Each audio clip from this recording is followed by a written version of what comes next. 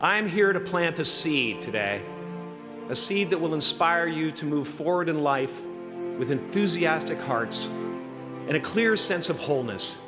The question is, will that seed have a chance to take root? My father could have been a great comedian, but he didn't believe that that was possible for him. And so he made a conservative choice. Instead, he got a safe job as an accountant. And when I was 12 years old, he was let go from that safe job, and our family had to do whatever we could to survive. I learned many great lessons from my father, not the least of which was that you can fail at what you don't want, so you might as well take a chance on doing what you love. It's not the only thing he taught me, though. I watched the effect of my father's love and humor and how it altered the world around me, and I thought, that's something to do. That's something worth my time. And he treated my talent as if it was his second chance. When I was about 28, after a decade as a professional comedian, I realized one night in LA that the purpose of my life had always been to free people from concern, just like my dad. How will you serve the world? What do they need that your talent can provide? That's all you have to figure out. I can tell you from experience, the effect you have on others is the most valuable currency there is. Because everything you gain in life will rot and fall apart, and all that will be left of you is what was in your heart. My choosing to free people from concern got me to the top of a mountain. Look where I am. Look what I get to do. Everywhere I go. I'm going to get emotional because when I tap into this, it really is extraordinary to me. I did something that made people present their best selves to me wherever I go. I am at the top of the mountain, and I was, and the only one I hadn't freed was myself, and that's when my search for identity deepened. I wondered who I'd be without my fame.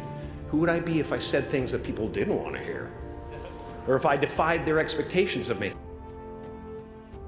Because life doesn't happen to you, it happens for you. Now, fear is going to be a player in your life, but you get to decide how much. But all there will ever be is what's happening here, and the decisions we make in this moment, which are based in either love or fear. So many of us choose our path out of fear disguised as practicality. What we really want seems impossibly out of reach and ridiculous to expect, so we never dare to ask the universe for it. I'm saying, I'm the proof that you can ask the universe for it. That peace that we're after lies somewhere beyond personality, beyond the perception of others, beyond invention and disguise, even beyond effort itself.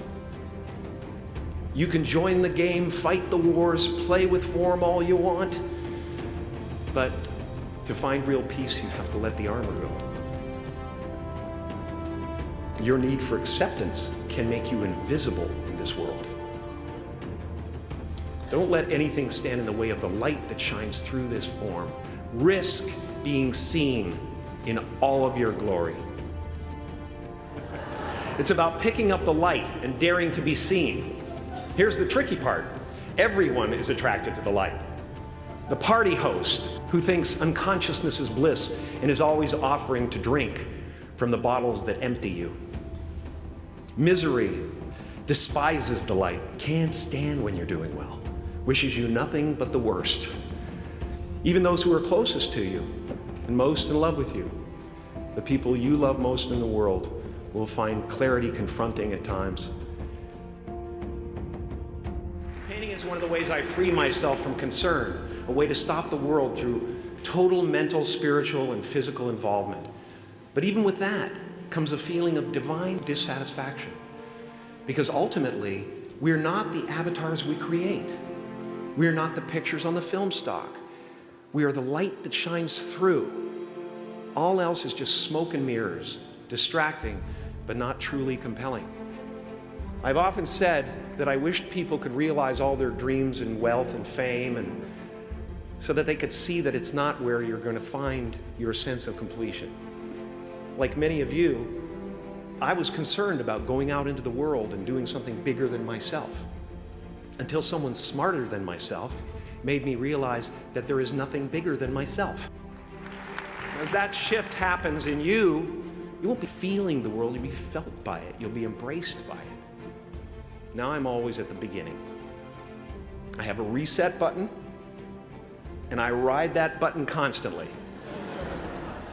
Once that button is functioning in your life, there's no story that the mind could create that will be as compelling. The imagination is always manufacturing scenarios, both good and bad, and the ego tries to keep you trapped in the multiplex of the mind. Our eyes are not viewers, they're also projectors that are running a second story over the picture that we see in front of us all the time. Fear is writing that script, and the working title is, I'll Never Be Enough. Are you going to look at a person like me and say, how could we ever hope to reach those kind of heights, Jim? How can we make a painting that's too big for our home? How do you fly so high without a special breathing apparatus? This is the voice of the ego. And if you listen to it, there will always be someone who's doing better than you. No matter what you gain, ego will not let you rest. It will tell you that you cannot stop until you've left an indelible mark on the earth, until you've achieved immortality.